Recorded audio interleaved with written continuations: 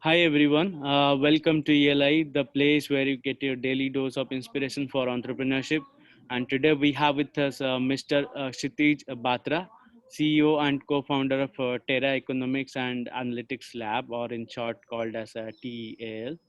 Kshitij is a graduate of Kennedy School of Government at Harvard University, and he has also worked for multiple companies such as World Bank Group, Government of India, housing.com, to name a few. Of course, not all of these are companies. Some of them are organizations as well. Uh, Shiti started his own venture in 2018, and he has given out his time to inspire few people on entrepreneurship. Hi, Kshitij, welcome to ELI. Hi, Priyaranjan. Thank you so much for having me. It's an honor. Uh, Kshitij, I would request you to introduce yourself to our audience, please.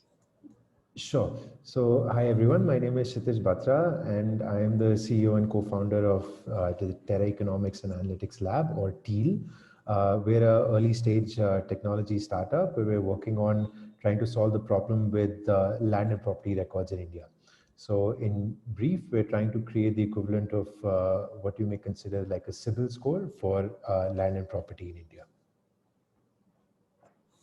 Okay, interesting. Tell us in detail how the industry works currently, and what Sure. is the exact problem you're trying to solve and how. Sure. So we're working in a bit of a unique space. It's not something that there's a template or anything that exists to kind of do what we're doing, but it's sort of a bold attempt at trying something new. So the core problem that we're trying to solve is there's a lot of misinformation and lack of very good credible information and data around land and property in India, right? So there is a huge set of issues where it comes to understanding whether the title is clean, whether there's a dispute on a property, whether all the compliances are there. India has a very complicated land governance structure. Right, due to various different historical reasons, how administration is done, how land is divided and how land use is administered. So what happens is that creates a space, for a lot of complexity, and essentially the way it's managed is through a lot of middlemen. It's done in this very kind of on the ground local way, where people have to go and assess whether a property is clean, whether there is something that could be done, that's wrong with it, or there's some dispute pending in courts. So there's different studies, but the one famous one is that there are about 2/3 of all civil litigation in India are comprised of land and property cases, right? So, and these are also the cases that take the longest to resolve. 20 years on average, according to a Niti Aayog report. So it's something that is a clear, policy and social, problem that has also a lot of economic consequences. Obviously, it has consequences in terms of individuals who have to go and buy, or sell property. There's a lot of issues in terms of being able to transact it quickly, transparently. There's an issue of discovering valuations, right? So there's a lot of obviously infamously, a lot of black money in real estate. So how do you understand what the true market prices of properties are, right? But it also has a lot of implications on financial inclusion, because what the situation in India is that you have a lot of wealth that households store in land and property assets, right? More than 77% by some estimates, and which is one of the highest in the world for any large economy. And at the same time, you have a very limited mortgage to GDP ratio, which is a measure of the mortgage penetration in the country. So the mortgage to GDP ratio in India is less than 10% currently. In other countries, in China, for instance, 18%. In the US, it's more than 40%. In most developed economies, it's a lot higher. So what is it that inhibits us from leveraging our most common asset class as collateral to get financing, right? And one of the big reasons there is obviously the lack of information, the lack of credible data information to be able to make those kind of loans against property. Another big factor, obviously, is dispute resolution. The courts do need to get a lot quicker and more efficient at resolving disputes and give also that trust in the system. But that's something that, obviously the judiciary has to do, right? But those are two of the bigger reasons. And so we're trying to work on the first one, which is to try to see to what extent we can bridge that divide which is there in terms of this misinformation, and allow you to democratize this kind of data and information around land and property to everyone. So what TEAL does is we put together data from various different government databases, different sources of information from, it could be municipal records, could be stamps and revenue department records on title transactions across the disputes across the different courts, so high courts, district courts, revenue courts, tribunals, development authorities. So for instance, DDA in Delhi, it could be different land records, the Khasra, Khatoni, Patta, Jamabandi, all those type of records. They vary across different states. Try to harmonize, bring them together in one place, clean them up using a series of algorithms where we deploy technology when we can, in terms of using AI ML when possible, translating it, extracting entities, linking it, using internally created identifiers, and providing a set of analytics on top of it to make sense of it, right? So primarily we work with lending institutions because that's, as the problem I told you, which is the financial inclusion problem. But we also now have a consumer version where individuals can also go and check if their property has, if they're trying to buy a property, whether it has any disputes on it, if the title is clean, and so on. So we've started with that consumer platform called TEAL Check in Delhi, NCR, and we're trying to expand it to other areas as well. For lending institutions, we're in a larger group of cities. We have a product called the TEAL Terminal, where like a Bloomberg terminal, institutions can go get a subscription, start using it and make searches in real time and get information about properties based on just a search by either an address or a name, and get information across all those databases right away, and make lending decisions much quicker and much more efficiently, in a cost-effective way and in an independent way, right? Because they don't have to rely on a lawyer on the ground or some kind of broker or middleman or title search clerk on the ground who has to go and manually verify, get papers together, and may not be independent in terms of the interest in the property. I think this is a very interesting problem you are solving, and especially being a private party solving a very big problem, and that is something, yeah. To I really appreciate the thought and vision behind it. Kshitij, since you are into the domain, I'd like to understand how this problem is being approached in other parts of the world, especially Yeah. where it is the most efficient, the Okay. land issues. Okay, that's an excellent point, and you'll have to, stop me if I'm ranting on for too long, because I have a tendency to keep on going on about this topic. But it's a very interesting area, right? So, what happens is that there's two different systems for land titling across the world, right? What happens is, so one is called conclusive titling, and the other one is called presumptive titling. And what happens is conclusive titling is that the state guarantees that you have conclusive title when you have registered a transaction of a property, right? So that system is followed in countries such as Australia, in Denmark, in a few few of these newer settlements, like basically countries where more recent human settlements have happened. So for instance, like Australia, where you have it was more or less a clean slate, or at least they forced a clean slate, and then were able to just create the cadastral sort of maps, which are the boundaries of the land plots, and then record transactions going from there. And then it's relatively easier for the state to say that we can pretty much guarantee that you are the conclusive owner of the title. There is no other competing interest on that property.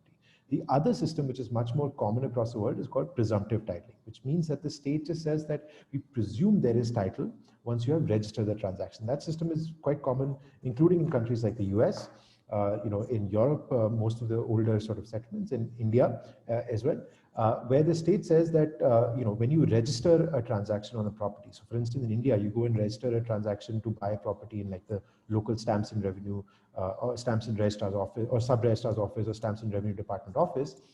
You basically register that transaction, but the state doesn't say that we guarantee that you are now the owner of the title, the true owner of the title. Later on, if someone goes to court and says that I'm going to dispute that there is a claim on this property, that I have a competing claim on this property, the court will hear that dispute and may even rule against your favor.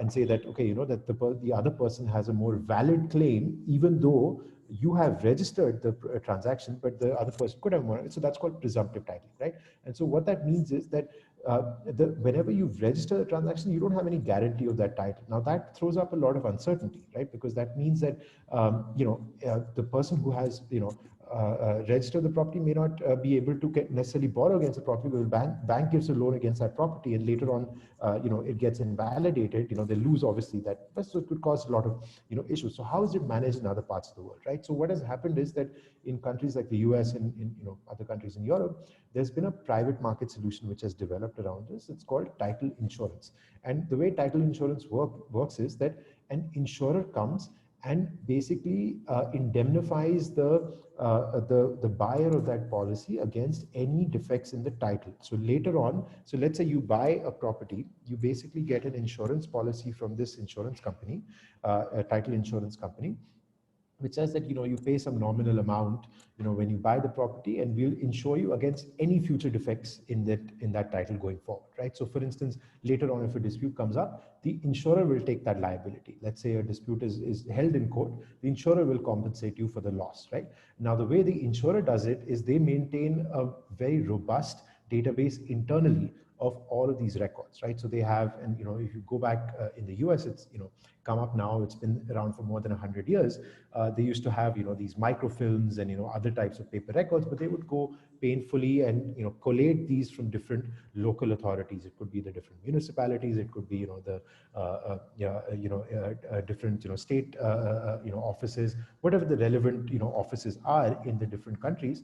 But they would maintain that record in that database and keep it updated and comprehensive, and therefore have an incentive to keep it updated and comprehensive, and then underwrite based on that. And then so it's a very kind of behind the scenes type of solution that people don't really come to see, especially because people don't really engage in property transactions that frequently in their lifetime, especially in a country like India. So you don't get to see that as much, but it's something that happens behind the scenes, a very efficient solution of the problem, because something that it abstracts away the complexity for any individual home buyer. You don't have to worry about it, right? But India, obviously, the problem is not the same, and it's borne out in you can see it in Bollywood. Khosla Ghosla, the famous movie where this exact sort of issue happened, where someone has encroached on land and the title is disputed. But there's many examples. I think a lot of people know people in their families who have some title dispute or property dispute, or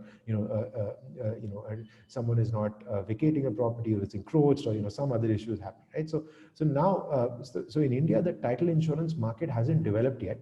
A big part of the reason is that you don't have a lot of this information easily available, right? So the first problem that happened is that a lot of this was not digitized and available. So until very recently, you had to basically go to the local office. It could be Patwari's office, it could be some tehsildar or revenue officer's office, or it could be some other authority's office, to get the cadastral maps, to get the transaction, the title documents, all those things, and write up a report. Sometimes you would often have to pay money to get these things, and all kinds of gapla would happen in that entire system, right?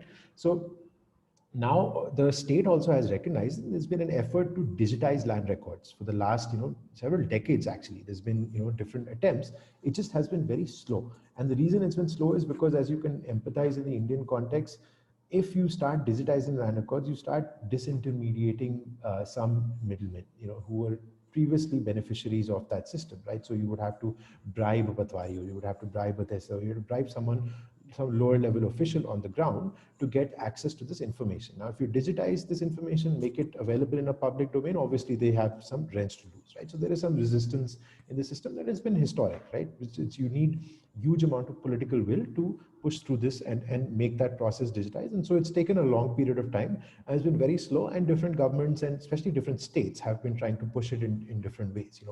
Land is a state subject in India, so it's very complex, because everything changes at the state level, right? So all of these rules, all these agencies, the different departments, notifications, everything is completely different at the state level.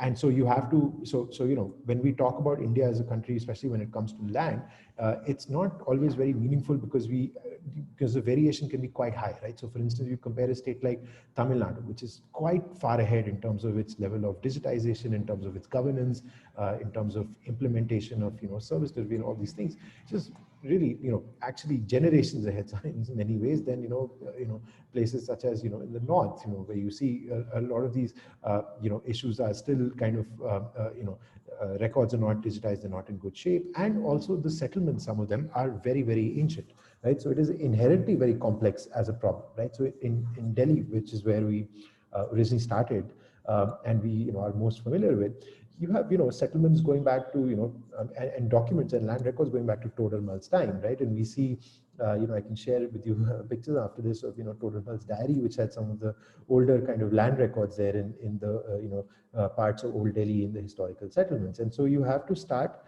actually reconciling all those things going back, because if someone comes up with a claim, in the past, and it is actually kept as a valid claim in court, then it's an issue in terms of who owns the title. And so that's something that affects the lending side, that's something that affects transactions, and that's something that affects development as well. If for instance, if you want to develop affordable housing, we want to develop affordable commercial real estate, we want to develop urban urban sort of centers, you have to have some clarity in terms of who actually owns what to be able to catalyze that development in a cost-effective way, right? So that's I think so that's a fundamental difference that India has, and the way it's done in the US now, it's somewhat of a solved problem in the US, because you have these vibrant title insurance markets, right? You have some of these very large title insurers that actually have pretty good bottom lines as well. I mean, some of them have literally billions of dollars in revenue every year, right? And they've become global insurance giants as well. First American is one of the examples, and it's something that's not as common, but it's something when you buy a house, it's pretty routine. And the second time you have dispute resolution. The court system is much more robust in terms of getting disputes sorted, and much more timely justice, and much more transparent. And so those are two things that work in our favor. So India has a long way to go still, but there are headwinds that are working in our favor, right? So one is the push towards digitization, which is excellent and should be encouraged, and there should be a lot more public and political pressure to make it happen much more quickly, right? The second is court systems improving, right? So to make even the courts records available digitally, to make it publicly there, and that transparency also needs to be there. And the third thing is this exciting kind of possibility of developing a title insurance market in India, right, for the first time. Title insurance insurers so far have not found it feasible to implement, but now it's actually something that is mandated by RERA. So the RERA Act mandates title insurance for developers to buy title insurance policy, but it's not enforced by any state yet. And the reason for that is there's no title insurance market that exists. But it's possible that, let's say tomorrow a state like Maharashtra, which has the most sophisticated RERA in the country, let's say tomorrow they notify and say that, oh, developers have to start providing title insurance. So it's possible that there'll be a scramble, and different insurers will start putting together policies and trying to, make it happen that you, start issuing the policy. So far, the policies that have been issued, they're very less than, I think, 10, or no, sorry, there's actually 16 or 17 that have so far been approved by IRDAI, but those have been very expensive. As a fraction of the total value of the property, because the market is not made yet, right? Because you have to have some convergence in terms of the supply and demand side, right? There has to be enough demand for the title insurance policy, there has to be enough supply, so the price becomes competitive, and the market starts becoming, actually feasible. But so far, it hasn't happened. But the headwinds are pointing towards that direction, and even the insurers know. We had conversations, with some of the larger insurers. Even they know that it's something that is going to happen, in the near future. Kshitij, one question that comes to my mind, since you have spent so Sure. much time in this industry, and Sure. I see a big problem, clearly a big problem in the industry, and when you solve big problems, you are rewarded handsomely as an entrepreneur. So to young people who are watching this podcast, can you tell some of the areas where they can enter into, not limited to real estate, not limited to land only, but entire real estate in general? um, can you Yeah. uh, uh, draw some scopes where they can enter and build value for our society? Yeah. Okay. So yeah, I mean, I think one lesson, I mean, for us also, we were, thinking about the. See, I'm not a serial entrepreneur. This is the first venture that I've, attempted.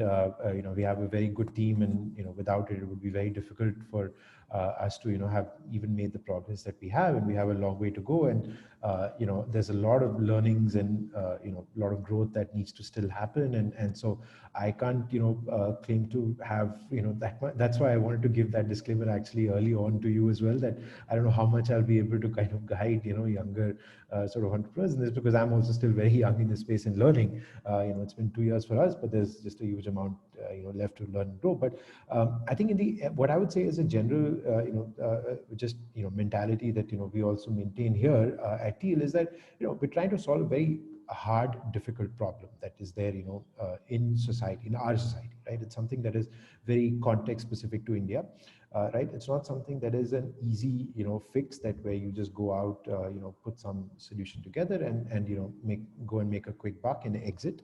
It's something that is a longer term problem that is very deep seated in society, right? It's something, for instance, some of the land record issues I was telling you go back, hundreds of years, right?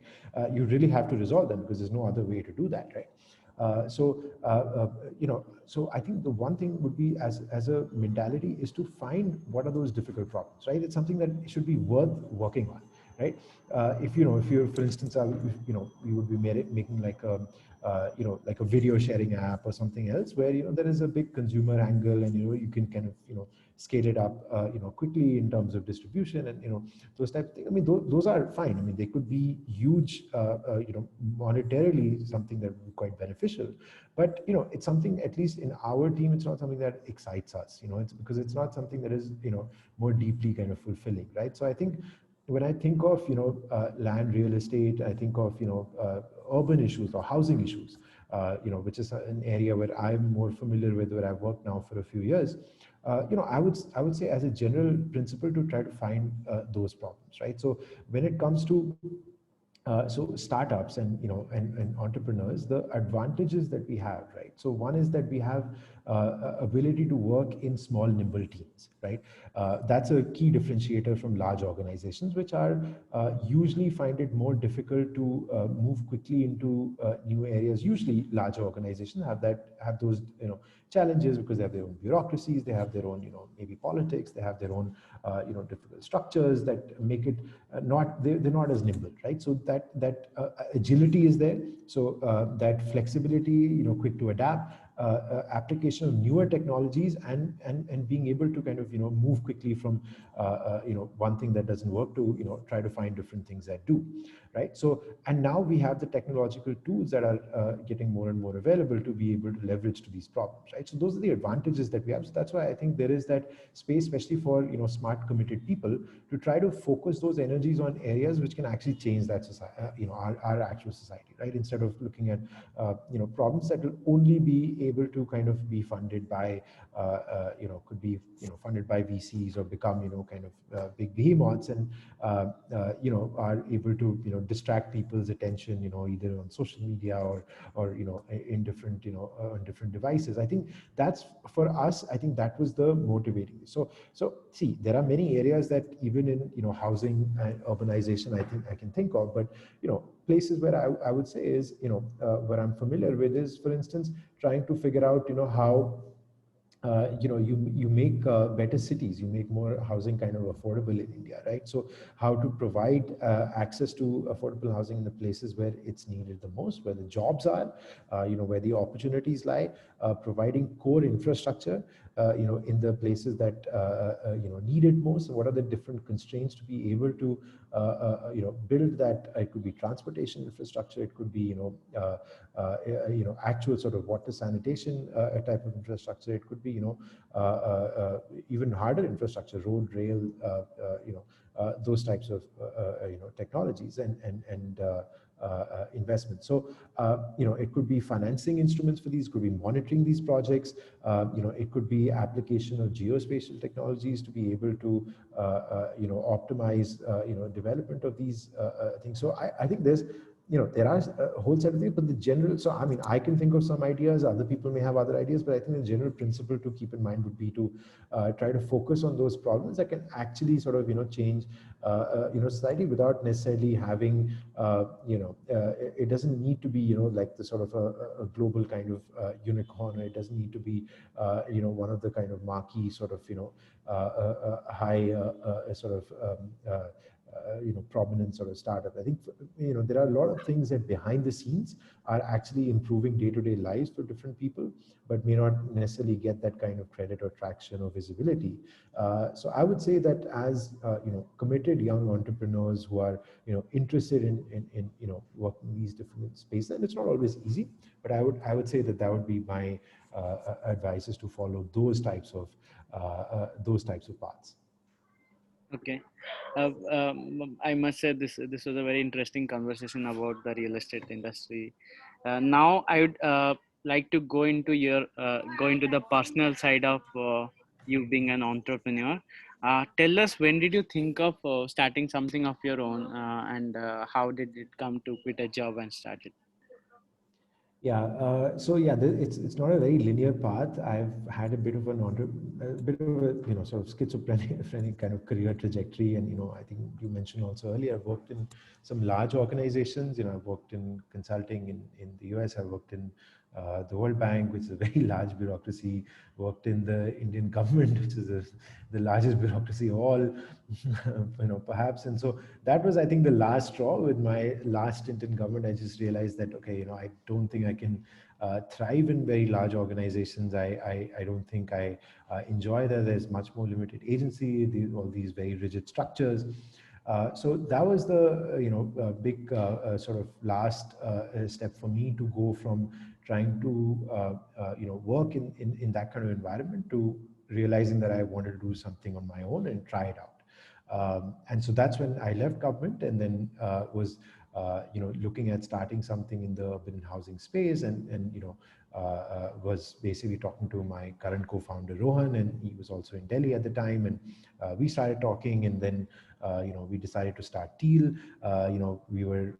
We wanted to do something in this space in terms of land records and property information, and we were trying to create sort of initial set of tools on what we could do, trying to solve problems around transparency in land and property markets. And we also then had our data lead Shreyas join in Delhi, and then we got started in building a product, a prototype. And then we just kind of went from there, and we started with a very small team. Initially, it was, well, two of us co-founders, and then, four of us, in Delhi. And then, we spent a year completely bootstrapped. We put in our, individual sort of savings, and, we sort of had a very, low cost, operational existence. We worked out of a basement in Saptajang Cave in Rohan's uncle's office, and we took favors from different people. We borrowed, and we took on debt, and took in informal favors in terms of advice, and all that. And after a year, we essentially ended up raising a seed round of funding from our investors, InfoEdge, who are a wonderful group of people. And from then on, we moved on to Bangalore. So about a year ago, we moved to Bangalore, and now we are based out of here. We have a team of 20 odd people, and we're trying to work on multiple states now. Initially, it was just Delhi, then we did Delhi NCR. Now we're also working in Maharashtra, and with MMR, Pune, and other cities like Hyderabad, Bangalore, and trying to see how far we can get with this. Kshitij, I had a chance to go to your website, and I saw your team page. And what I could see was a lot of interesting people on board, on the Having said that, I have two questions for you. First is, how did you find these people? And the second is, once you found those people, how did you convince them to join you, since you being a very, you just started like 1 year back. How you convinced them to join you? Yeah, it's been a again a non-linear journey.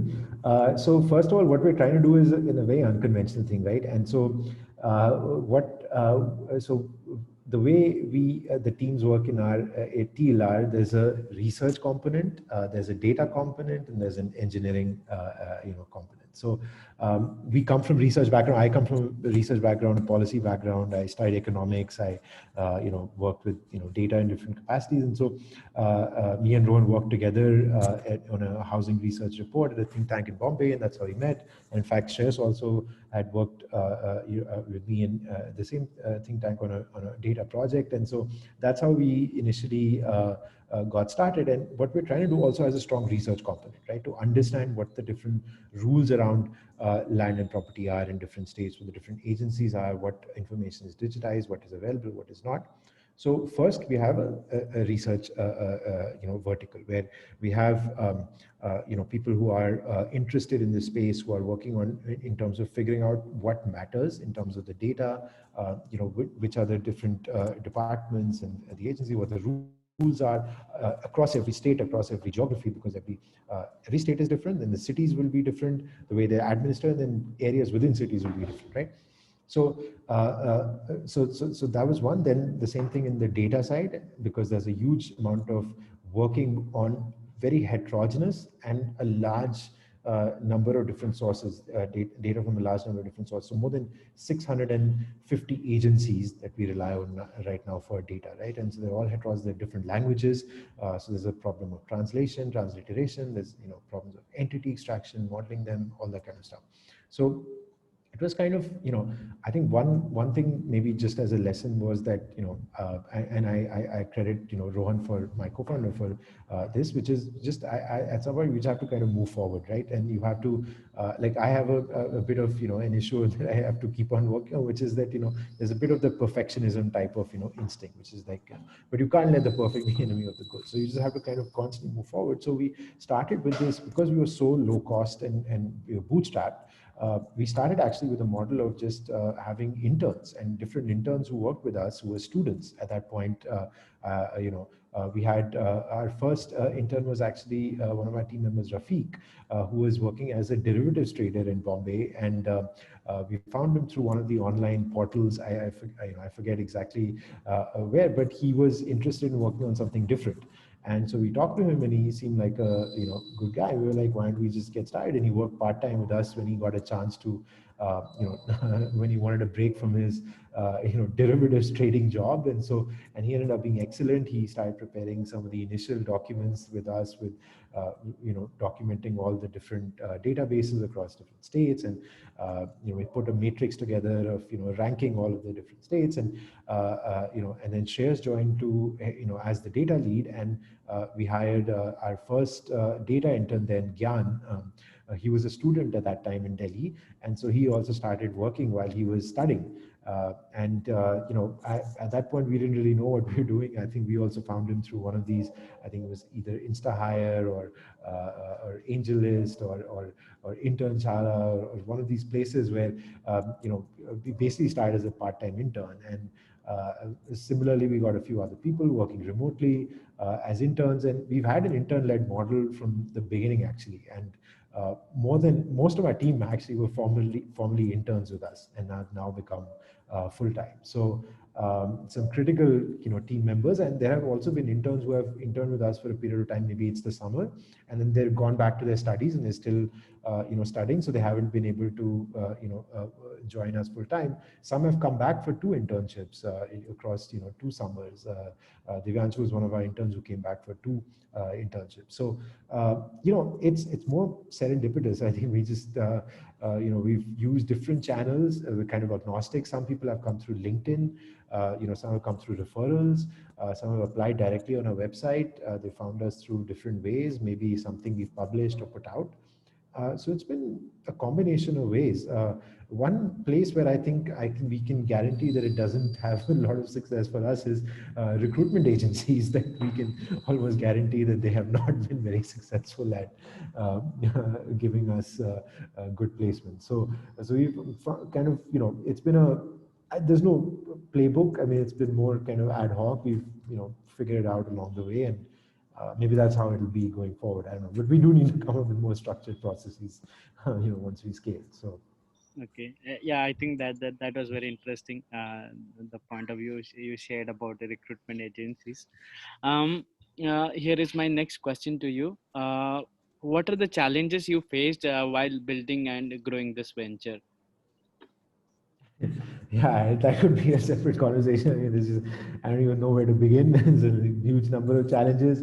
Number one being just framing the problem, because it's not something that is a problem anyone thinks of when they think of working in this space, right? I mean, it's just something that seems so, that like, how could you even possibly decide to take up this problem, because it seems so inherently complex and, difficult to manage.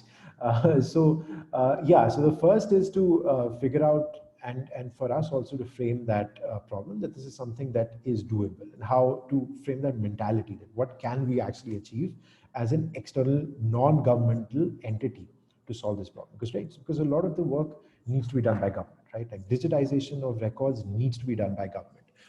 Clearing up of the backlog in courts needs to be done by the judiciary, right? That's something we have no control over. But at the same time, there is a large volume of information available. It's not very accessible. It's not very easily interpretable. It's not linked. That is now there around land and property records. But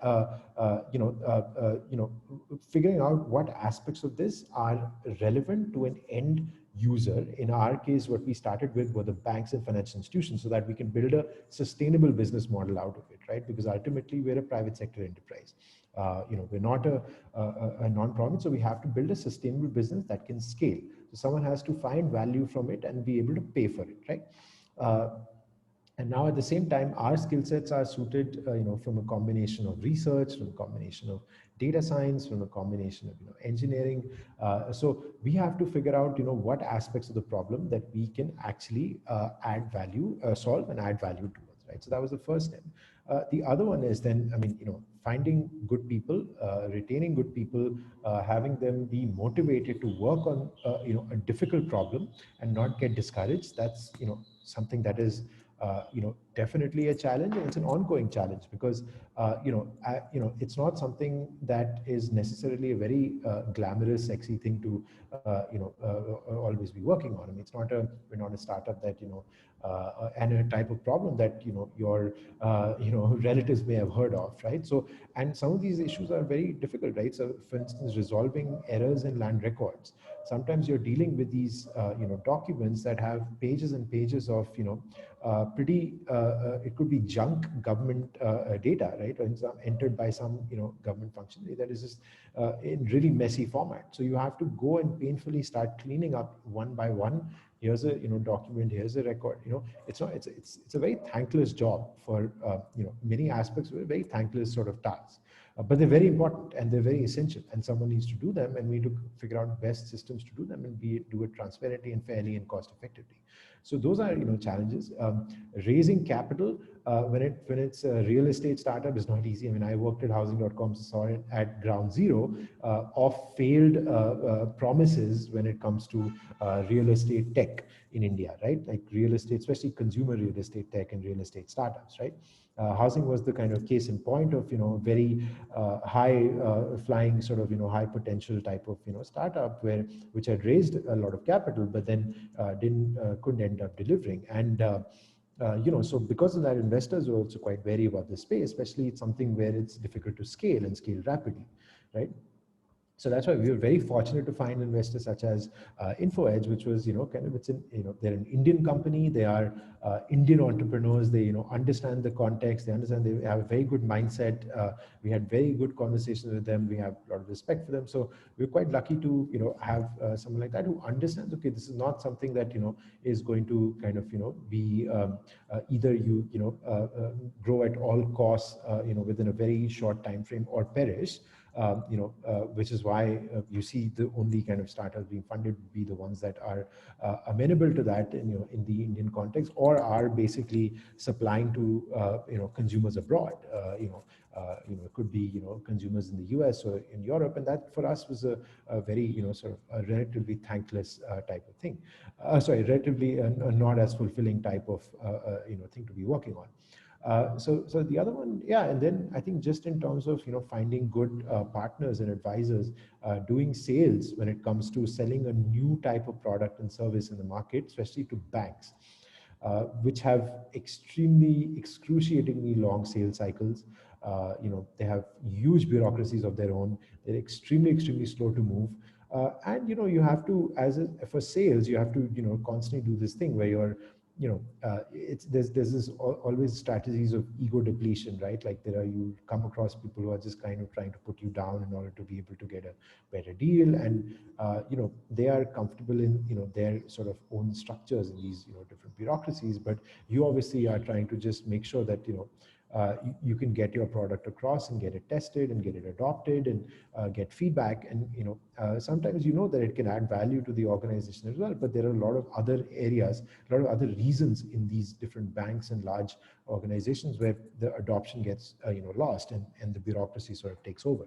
So those have been kind of pretty difficult challenges. Obviously corona related challenge, which is mainly our team is now all remote, and managing it remotely, there is a lot of challenges associated with that, because you lose that personal touch with a lot of people. Often, like, you just can't communicate as easy. You can't see the softer, more informal types of reactions of people, to understand emotionally what they are, how they are doing, how they're feeling, if they're feeling disengaged.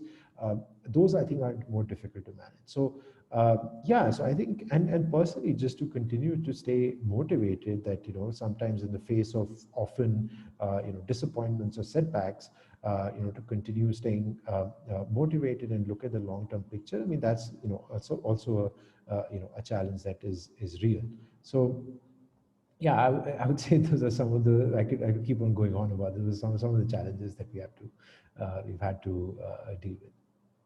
Okay. Here is my last question to you.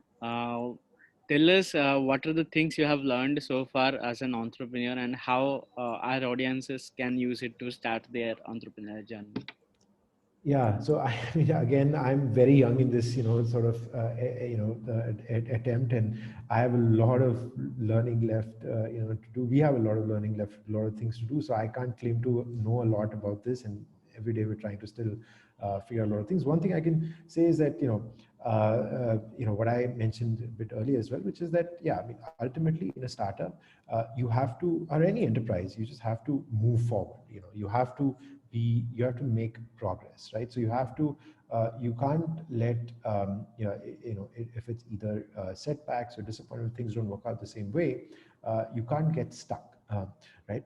You can't let perfect be enemy of the good. You have to kind of, just be okay with making mistakes. You have to be okay with, sometimes you move forward to do the wrong thing. That's okay. You just still have to move forward, right? And I think that requires a personal mindset also. So sometimes it's important to depersonalize the venture from yourself, right?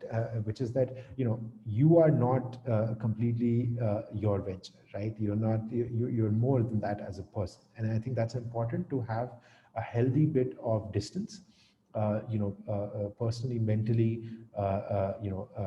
and see things, objectively from that distance. That's a mindset shift, and I think that's important to inculcate, and that's a lifelong attempt that people need to I need to work on, everyone needs to work on. And that's not just also limited, I think, to startups and entrepreneurship. I think it's actually applicable to a lot of things in life, to depersonalize and try to look at things from a distance and observe them, and instead of always thinking about them as being what defines you, right?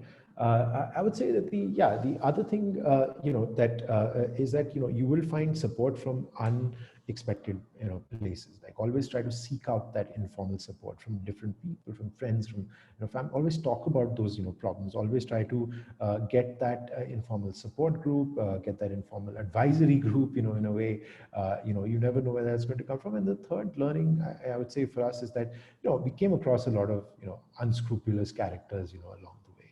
And it's something that was unexpected, and you never knew with people, right? Like, you just didn't know. And you become a better judge of character, you know of people also through doing this, because you come across and you learn and you grow along that way. But sometimes you just, in that same vein of trying to move forward, sometimes you may have to work with people that I've had to work with people I have not very much respect for, from in many different ways. But you have to get the work done for the purpose of the company, or for the purpose of the larger mission of what you're trying to accomplish. And you have to see it as that, and you have to kind of be objective about it, and move forward, and that's it. And I think that again goes along with this whole thing of that sometimes we want a perfect balance of things. We want oh, we should only work with people we respect and value, and sometimes it doesn't happen. But that's just life. I mean, otherwise it'd be very hard to be able to do all those things, and very rarely in life you'll find a perfect mix of everything, right?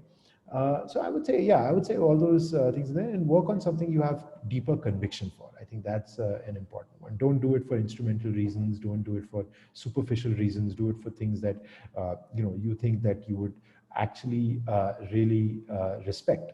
And a few years down the line, when it works out, you can look back and feel proud of that. And even if it doesn't work out, you can feel proud of the fact that you put all what it takes to try to make it work, right? And so I think, yeah, so I would say that see what the real difficult problems are, and try to try to figure out how to solve them, no matter how challenging they might seem. And even if I mean, I don't want to say it as a discouraging thing, but I mean, in some times in life it just doesn't work out. And if it doesn't work out, just you need to know that you put in the effort, and you put in all it took, and all it took, and you gave it an honest shot. And so that's why the choice of the problem is also important to pick. Okay. Kshitij, we are almost done with the questions, but one thing I am very curious to know, and since you mentioned about setbacks, I am very curious to know, how do you handle setbacks? How do you handle it when somebody has promised business and doesn't go ahead at the final moment? How do you handle those situations? Yeah, yeah, those are, I mean, those are tough, and those keep on happening, and it's different people will handle them in different ways. One is super important, is to have the team is very important, right? Who you work with, right? In terms of you should have if people are committed in your team, and we're very fortunate to have a great group of people. Like, you'd be able to see, okay, that I'm not, sometimes you may not, like, things don't follow a linear path, right? So sometimes you may not get a sales thing through, or sometimes you, as you said, like a setback in some other ways could happen. But other things could happen, which is that maybe you've had people that you work with who have grown in different ways, or who've learned things, or have really kind of shown through in different ways. That's a deeper satisfaction also, right? Like, it's not something that and your personal learning, it could be your personal learning, or someone else's learning, or the team's learning.